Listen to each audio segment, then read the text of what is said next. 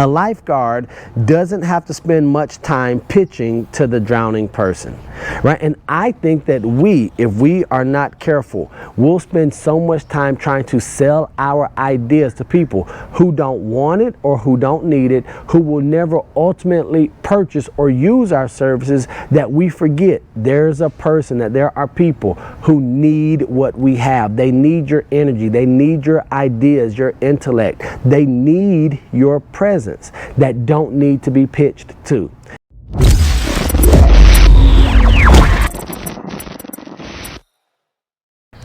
As a professional who specializes in selling, in marketing, I came across a book a number of years ago, This is Marketing by Seth Godin, that just transformed the way I think about business and marketing, but I believe it also goes a lot into life. And so we're going to do a quick review of a portion of This is Marketing by Seth Godin. And so one of the things that I absolutely love is that this information in this book is not coming from someone who has sat behind a desk and not done a thing. Seth has been a marketing, what I'm going to call guru, for decades. And in this book, he comes in and he distills a lot of the information that you and I need, especially in this time when there are conflicting messages or ideas about what is marketing. Well, Seth answered the question. He says, this is marketing. So I want to just really quickly pull out. You can see I have a lot of notes here. We're not going to do them all in this video, but I do want to share some highlights that have not only transformed my business, but also the way that I view life, and some practical applications that I believe you'll benefit from. So Seth, on page 2 of the book, jumps out really quickly and says, marketing is one of our greatest callings. Marketing is the generous act of helping someone solve a problem, their problem. And so I just want to pause right there and just ask you, as a business person, as an entrepreneur, maybe as a small business owner, right? Are you helping someone solve a problem, but not the problem of you need to pay your bills, not the problem of you need to boost your ego or increase your self-esteem? Have you solved their problem? Have you gone in and said, well, I'm not going to start with a solution and answer. I'm going to start with their problem, whatever their problem is. And so this is why I love the line that says marketing is one of our greatest callings. And I want to believe that as a person of faith, as someone who believes in the Bible, that we are put here for a purpose. And as a marketer, I can take confidence in knowing that it's a calling, that it's not something to be ashamed of or embarrassed by. That I really do believe that I, like you, that we're adding value to someone's life when we help them solve their problem. Seth goes on a little bit further to say, it's focused on being missed. So we're talking about what is this idea of marketing. It's focused on being missed when you're gone, on bringing more than people expect to those who trust us. It seeks volunteers, not victims. And so this idea of marketing is not for us to get, for us to manipulate, to take advantage of, for us to swindle. It is for us to make sure that we bring more than people expect to those who trust us. Are you delivering more? It says that the focus of real marketing, authentic and effective marketing, or should I say effective living, is to be missed when you're gone. Now, if you know me, if you've listened to me for any amount of time, you know that early on in my life, my dad told me that the goal in life is not to be remembered. I mean, evil men and women are remembered. So I don't want to be a Hitler where I'm remembered throughout history. I want to be a Gandhi or a Mother Teresa, someone who is missed. Would someone miss me if I'm not in the room? When my services or products are no longer longer available? Are they going to leave a void in the marketplace? So I'm hoping that if you're watching this, you're going to ask yourself, like, man, would I be missed by individuals? Would my services be missed if they weren't here? And the reason we're missed is because we're helping others solve their problems. So here's something that I absolutely love. If you have heard Eric Thomas, E.T. the hip hop preacher, you've heard his mom tell him, don't make your emergencies mine. Don't make your problem my problem. I have a friend at the church. She says, not my circus, not my monkey, right? So this whole idea of what Seth mentions here, it says your emergency is not a license to steal my attention. Your insecurity is not a permit to hustle me or my friends. Wow. I love it, right? So what they're saying is just because you need income, just because you have insecurities, don't steal, don't hustle my attention, don't hustle me or my friends. Just because you can doesn't mean that you should. And I believe that if we go in and we listen to Seth just already in these few pages, because right now I'm only on page 14, I believe that this, not only for the small business owner, for the entrepreneur, for the marketer, I believe that if we live life by some of these same principles, we will be much better off individually and collectively. So at the end of chapter 2, Seth says, what you say isn't nearly as important as what others say about you. And so I want to ask 2 questions. The first one is, do you know what people say about you? That's my first question. Do you know? How do you have the chutzpah to ask, what's your opinion of me? Right? The second one I would ask is, if you know what people are saying about you, are you okay with that? I mean, because really our reputation is only the perception that others have of us. We talk about reputation versus integrity. We say reputation isn't important, but yes, it is. What you say isn't nearly as important as what others say about you.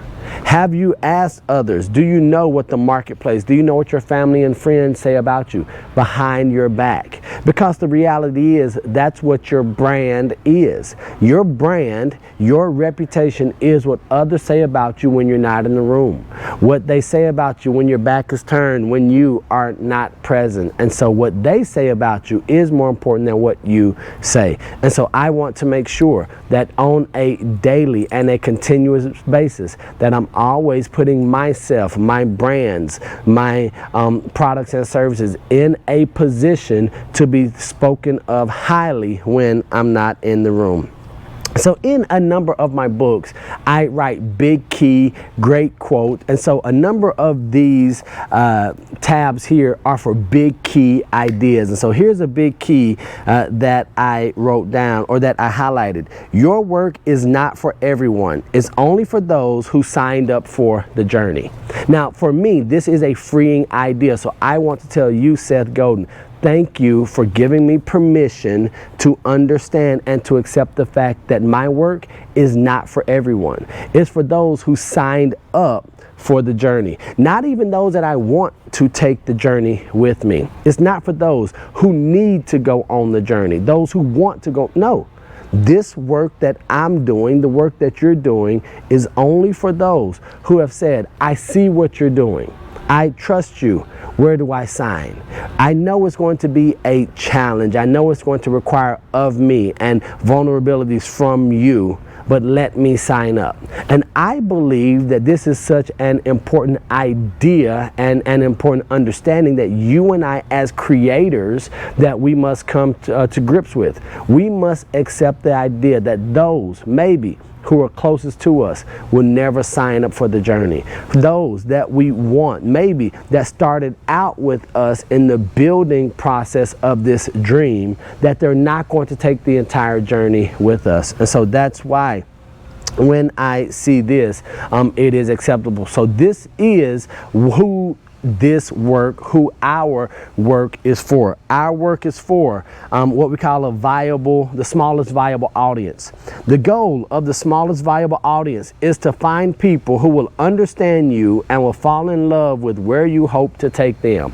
How many people understand you, your dream, your goal, and have fallen in love with the idea, the possibility, the hope that you're going to take them somewhere on this journey, right? Oftentimes, if we are being honest, we hope, believe more, we desire more for others than they desire of themselves. This goes back to that idea, you can lead a horse to water, but you can't make them drink. Then they add it to them, but you can give them a salt block for them to lick to make them thirsty.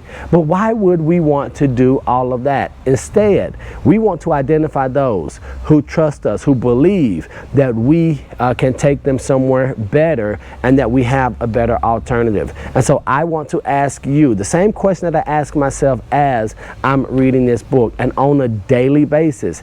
Am I focused on my smallest viable audience? Am I focused on those who love and believe in this thing? Or am I trying to appease others, impress others, have others buy in that have no business? Because my work, your work, the things that we're doing today is not for everyone. I had to be careful of this when I was shooting and producing my videos. I was trying to hit the masses, wanted to make a viral video, but then I came in and I realized this work is not for everyone. I'm not doing this work for monetization. I'm not doing this work for a change really in all of culture. I'm doing this work, number one, because Seth says it a little bit later, because this is the work that God put me here to do. Are you doing your work because you know that this is the work that you were put here to do, that this thing is a calling? If not, dare I say, let's focus on that piece. I just believe that if we focus on our calling to our smallest viable audience, I believe that great things are going to come as a result of it. Here's something, and so I wrote, I love it, and then a little bit later I have an additional note that I'll share with you. He says that everything that we purchase is a bargain. That's why we bought it, because it was worth more than what we paid for it. Otherwise, we wouldn't buy it. Because if we're going to part with, especially in this day and age, if we're going to part with our hard-earned income, then we must find greater value in what we purchase than the money that we split with. Otherwise, we wouldn't have purchased that item. And here's what it says about us and our services. How much they'll benefit from what you've created, such a significant benefit that it's a bargain. So when I sell my services, whether I'm speaking or real estate or consulting, here's what I must believe, that I'm a bargain. Why? Because I will have created more value than I'm getting paid for. Now, the goal is for me to offer more and more value, to create more and more value so I can charge higher prices, right? Because ultimately we're going to talk about pricing a little bit later, and pricing determines marketing and marketing determines pricing, and it's just going to be a bit of a twofold cylinder. So we want to keep that in mind. Here's something that Seth says, talking about because people want this idea of better.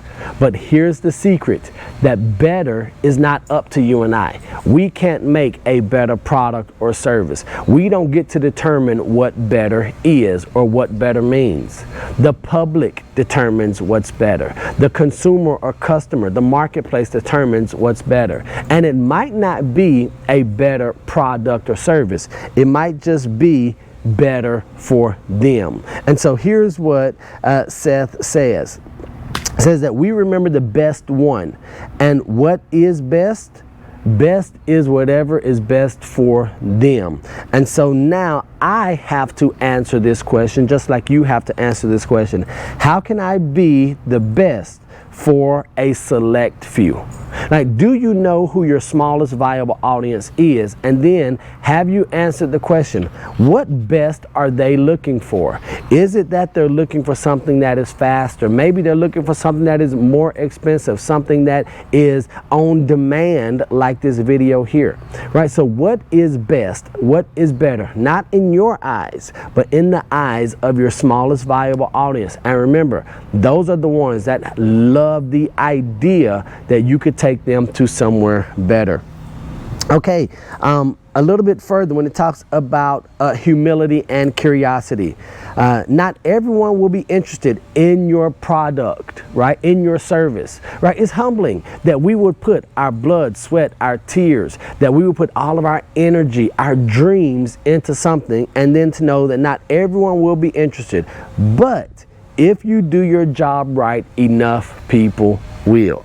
And that's why I continue to do videos. That's why I continue to speak. That's why I continue to do real estate or to do coaching and consulting, because I know that not everyone is going to be interested. But if I have effectively and intentionally done my job, enough people will. And here's where, for us, especially those of us who are creators, we want to have everyone buy in. We believe in this dream so much, in this goal so much, that we want to sell everyone on it, right? Hey, you need to be a part. This will change your life. If you're missing this, well, check out what Seth says about a lifeguard. And I want you to hold on to this idea as you continue going through your creative journey or delivering your product or service to the marketplace.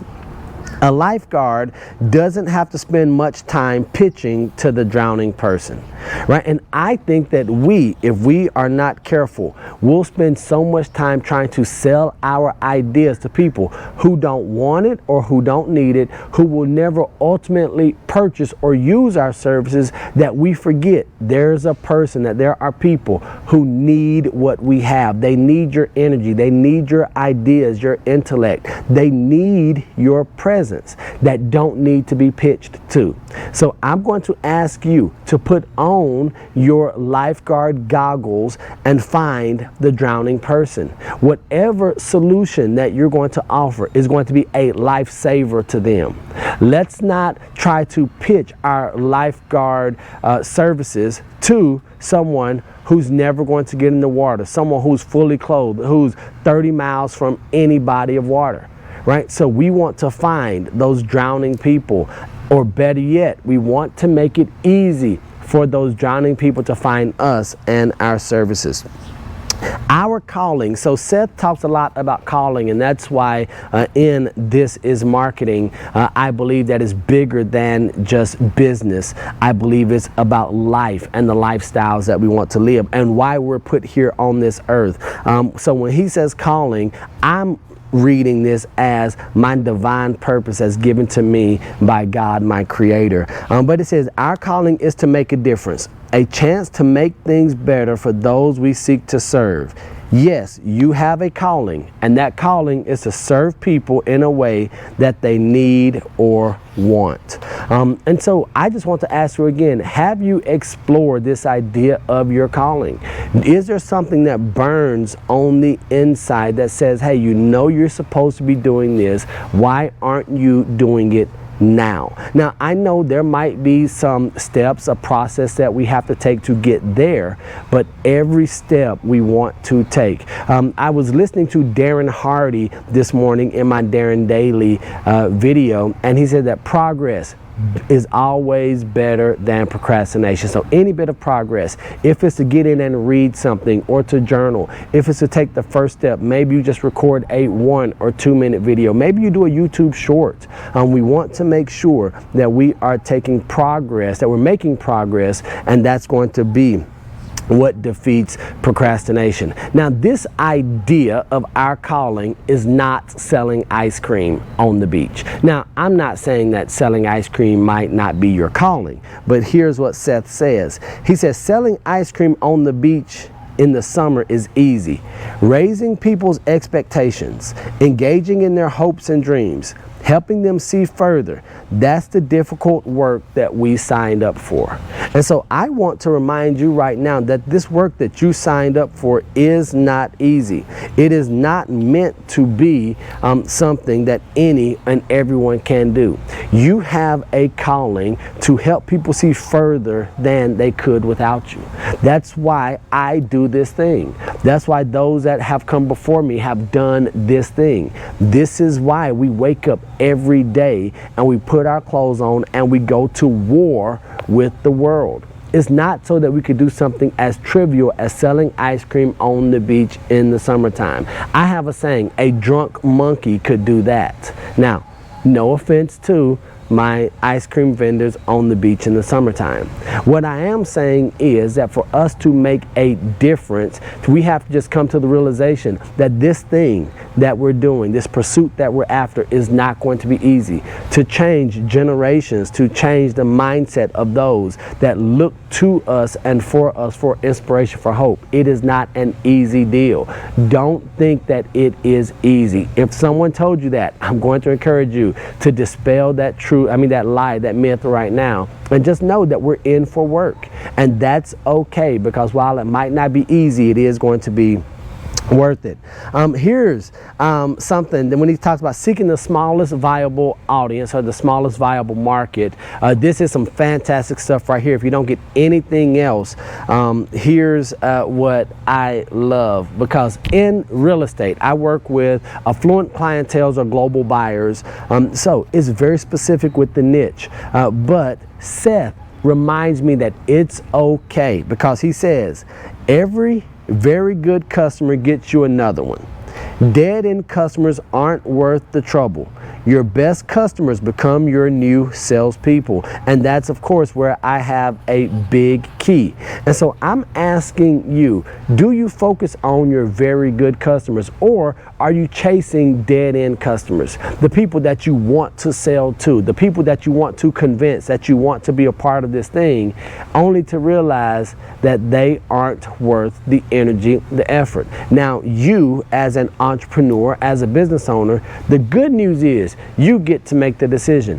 What type of business do you want to have? What type of individuals do you want to work with? Just in life, you get to decide what your sphere of influence looks like. You don't have to say yes to any and everyone. In fact, you could say hell no and have them on the outside looking in. Here's one of my big keys that Seth dropped in This Is Marketing. When he talks about the marketplace, when it talks about the consumer, the customer that we're looking to change, here's a hard truth. We don't care about you or how hard you worked on it. We want to know if it's for us and if you are the real deal. So I always consider to individuals who are giving the hard truth directly like this as uncle. So Uncle Seth says, the marketplace doesn't care about you. They don't care about me. They don't care about how hard the blood, sweat, the tears, the pain, the fear that we have about putting our service or our product out to the market. They want to know, is that thing you're selling, is that hope, that dream, that journey, is it for us? Hey, and by the way, Mr. Marketer, Miss Salesperson, Miss Professional, are you the real deal? Because if not, we're going to go this way. We're just going to sit on the sideline, and instead of following someone who is a fake, a fraud, and in our time nowadays, we are seeing that be an unfortunate prevalency where we see people who are not authentic, who are inauthentic, disingenuine. So people want to know, is this for me? Are you the real deal? Are you someone that I can follow? Now, once we find those people, that smallest viable audience, these next couple of pages are big facts, right? Big keys. Some customers are worth more than others. When you find someone who is adopting your cause, adopt them back.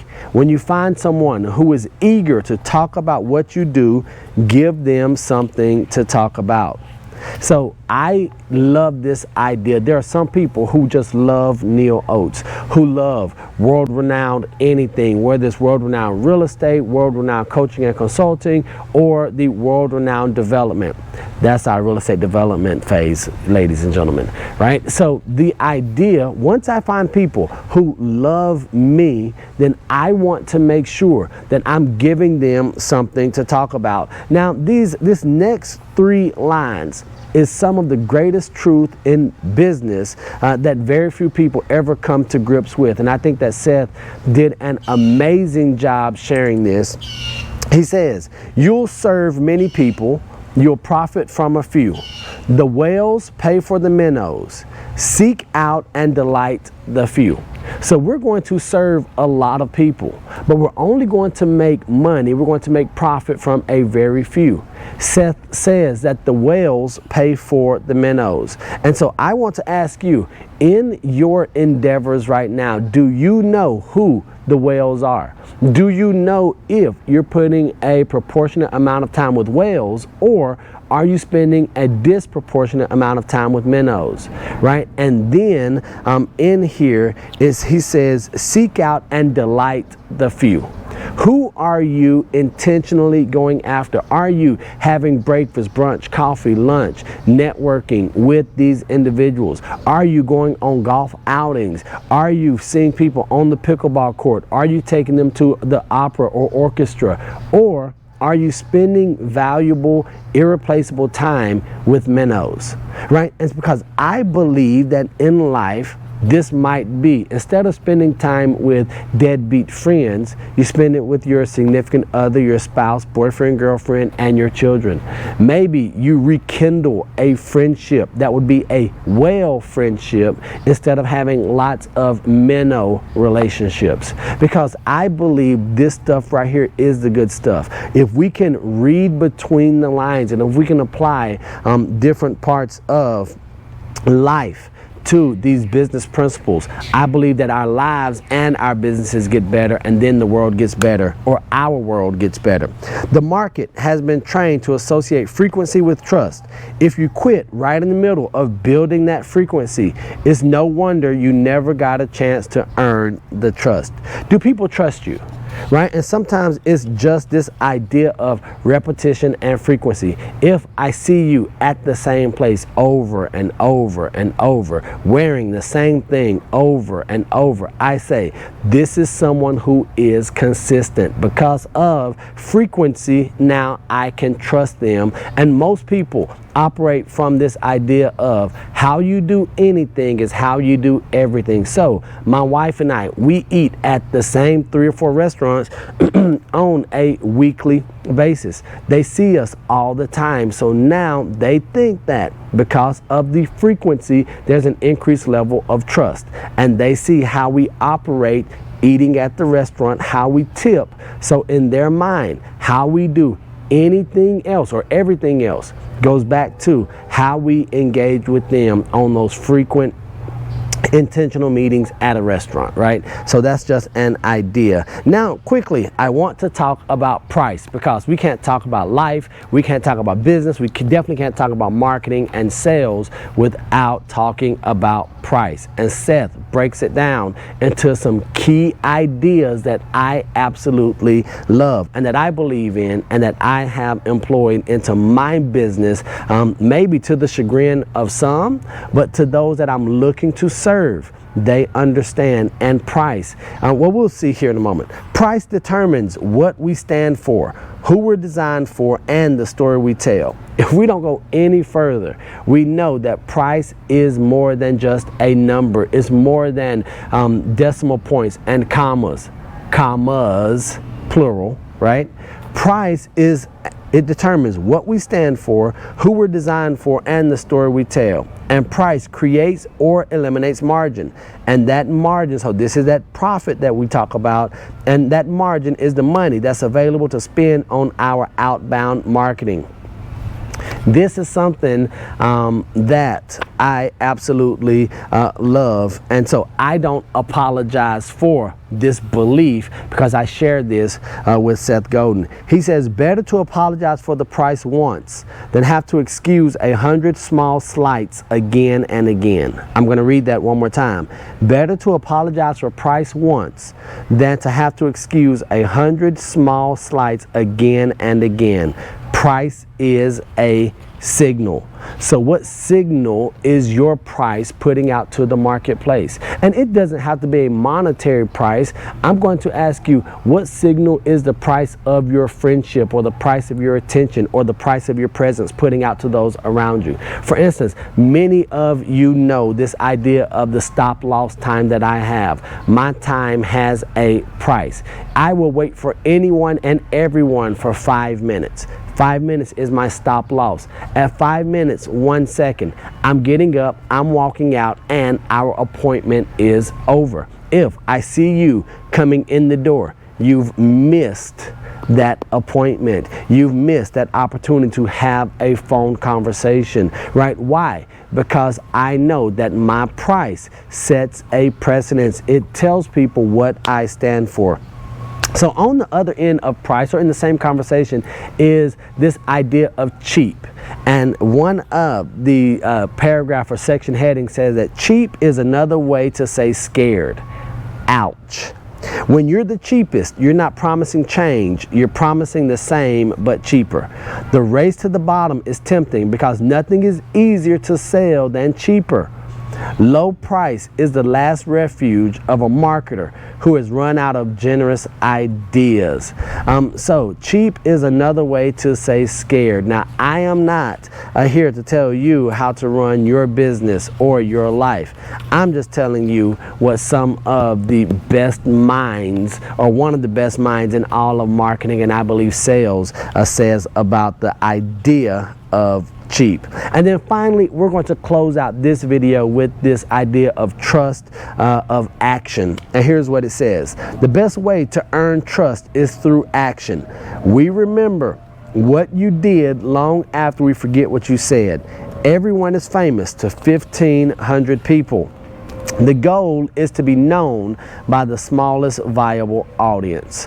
And so I want to ask you, are you famous to your 1,500 people, and are you relevant? Are you trusted by your smallest viable audience? Maybe your 5 people would be enough for whatever it is that you're trying to do. In your family, maybe your smallest viable audience is going to be 3. That's enough there. In your business, maybe you need 1,500 to 3,000. What if you had raving fans? I believe that each and every one of us, as Seth Godin says here in This Is Marketing, has a calling, that we have this noble thing that we are supposed to deliver to the marketplace and to the world. And I believe that if we don't deliver on that, that we are thieves and liars, and that we're robbing the marketplace. But more importantly, we're robbing our Creator of the belief that He had in us to change the world. So I hope that you enjoyed this quick review, synopsis of This Is Marketing by Seth Godin. I would love to hear which of the ideas, whether in the book if you've read it, or just maybe something that we shared here in the video, which one you took away as something that you're going to focus on, either professionally or personally. And I would love to read it in the comment section. I always comment or reply to those,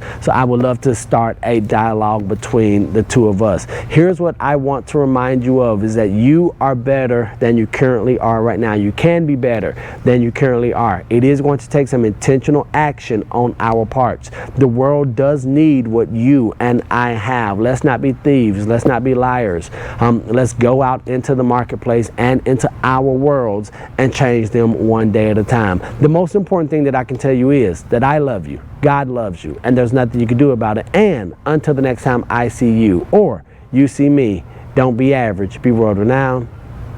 Peace.